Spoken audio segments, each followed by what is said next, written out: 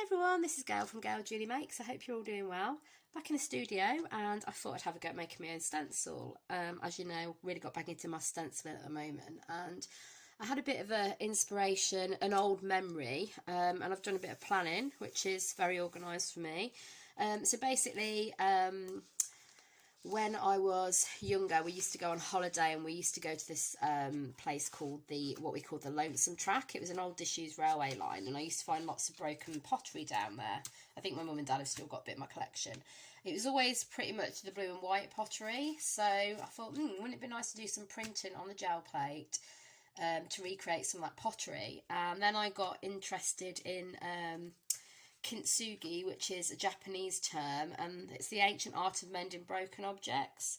But what they do is they mend it with gold, and the idea is it teaches us that if we choose to embrace our struggles and repair ourselves with love, then basically we become, more beautiful for it. So I thought, what a lovely idea. So I think I'm going to push it further with that on another video, but I still wanted to try and recreate the Lonesome Track idea of the broken pottery. So I've drawn this out on just a piece of multifarious card, which is 330 GSM. Now, from what I can tell, you can only get that particular GSM from Lavinia stamps. What I'm doing basically is I'm cutting out these shapes the best I can with my not very great cutting scalpel. But I don't want it to be perfect. I just want to get that idea of fragmented pottery. So that's fine. I'm happy with that. And I did skip on a bit here because I didn't think you'd want to see me cutting out every single piece, but to be honest, it didn't take too long. Okay, so that's the stencil cut out. Really pleased with how it looks, but I'm actually going to be using these bits, the bits that I've cut out, so we've got a mask for the actual broken pieces of pottery. We're going to lay them down, and I want to try and get them fairly close to each other. Okay. So this is why it's sometimes really good to just, some stencil companies let you, they either do a mask and a stencil set, or, you can buy the two variations of the one, or they will supply you with the stencil, but also the mask pieces as well, which I think is fab. So I'm just going to lay all of these bits down.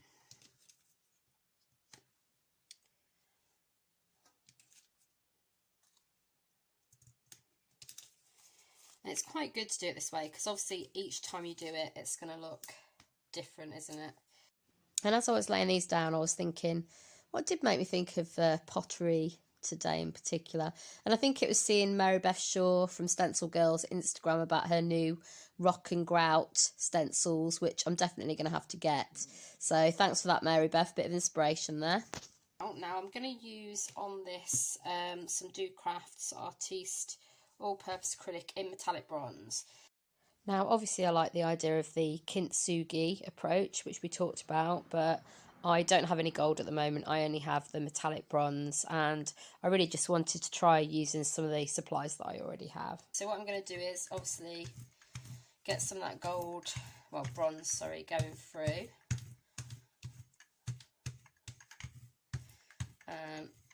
I want those areas that are masked off underneath the stencil mask sections. I want them to stay masked off for now, so I can do my ink work over the top, you see. So that's the idea. That was the idea behind doing it this way around. I mean, obviously you can use your stencil whenever you like. These bits I will save as well.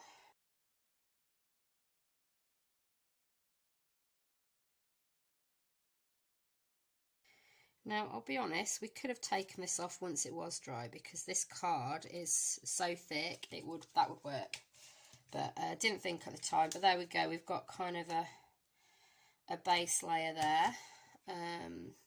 Right, I'm just going to let it dry, guys. So what I'm going to do is, I've got lots of different inks out. I say lots of different inks. I've got Versafine, Clair, and I've got a distress ink, all in different shades of blue, which is what I was trying to say. And then I've got some stamps, I've got some embossing plates, and I've also got my texture plate, which is my brand new one that I showed you in my stencil haul video. And what I'm going to do is basically trying to create that broken china effect. Once I've done that, I'm going to pull it all with the Dina Wakley buff, so it's going to look sort of like slightly off-white, you know, like some pottery. So the idea is I'm just going to go in and I'm just going to try and get the areas that are blue. That are going to be blue. So it's going to be a bit fiddly. We'll see what happens. See what happens, guys. So I've got some really nice Macintosh stamps. So I absolutely adore Twilight Macintosh. So all I'm going to do, I'm not even going to get them on the blocks, I'm just going to use my fingers just so I can try and, you know, manipulate it a bit more accurately. So I've got lots of different shades of blue, as I said. I just want to stick to the blue. This looks sort of like a bit like a sort of purpley blue, but I'm happy with that. And what I'm going to do is just, obviously you can rub some off with your fingers. I'm just going to try and get an area of this covered.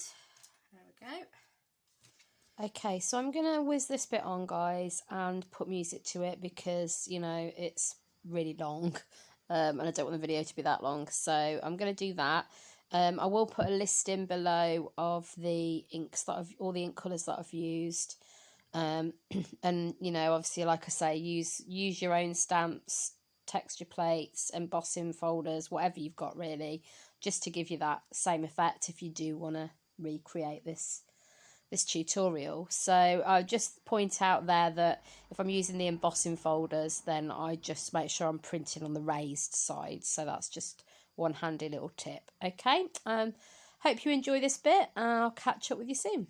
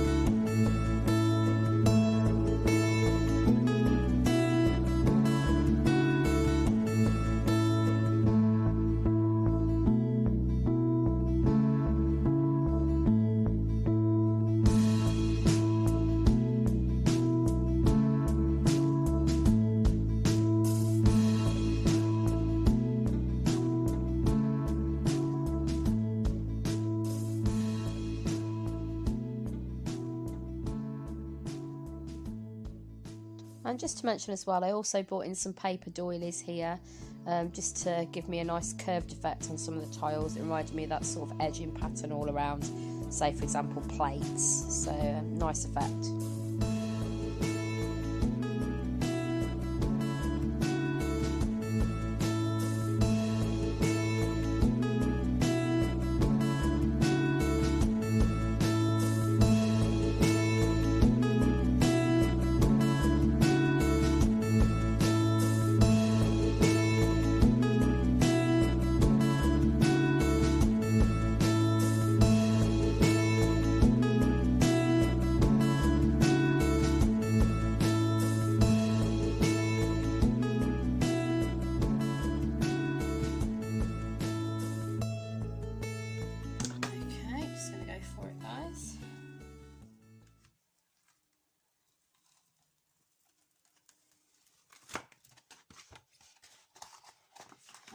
ended up with that.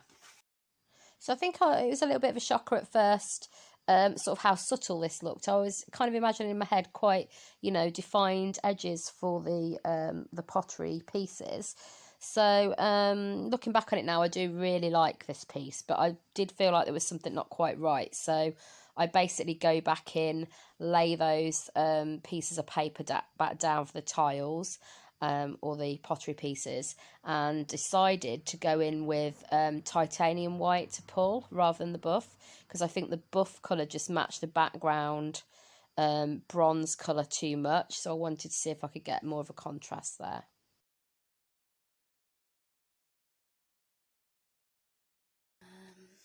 Obviously they're a bit more bent this time because I've used them already, but we'll do our best. We'll do our best.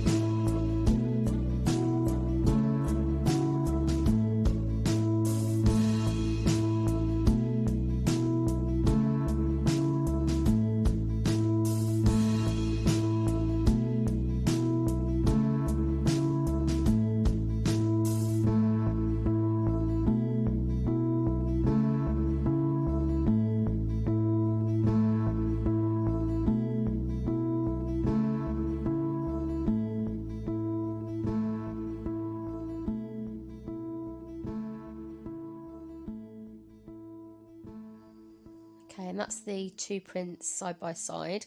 So the original on the left and the second print on the right. It's definitely achieved what I wanted to on the right with the pottery pieces. They definitely stand out more now. And I think the metallic bronze is definitely shimmering more in this print. It gave me the idea of going back and adding more defined bronze to this particular piece, and you can see here on the right I've done that because it was looking a bit patchy originally. I still do really like the subtlety of the original though, so I think both pieces complement each other quite well. I do hope you enjoyed this tutorial. If so, if you could give it a thumbs up, that would just help spread it around YouTube a little bit more. And if you haven't already, please consider subscribing to my channel. Top left there is my profile picture. If you hit the bell on all notifications, that'll let you know whenever I've got a new video coming out. And bottom left there is another video I think you might be interested in, so please do go check that one out too. Anyway, guys, I hope you get some crafting time in this week. Take care of yourselves, and I'll see you in the next one. Bye for now.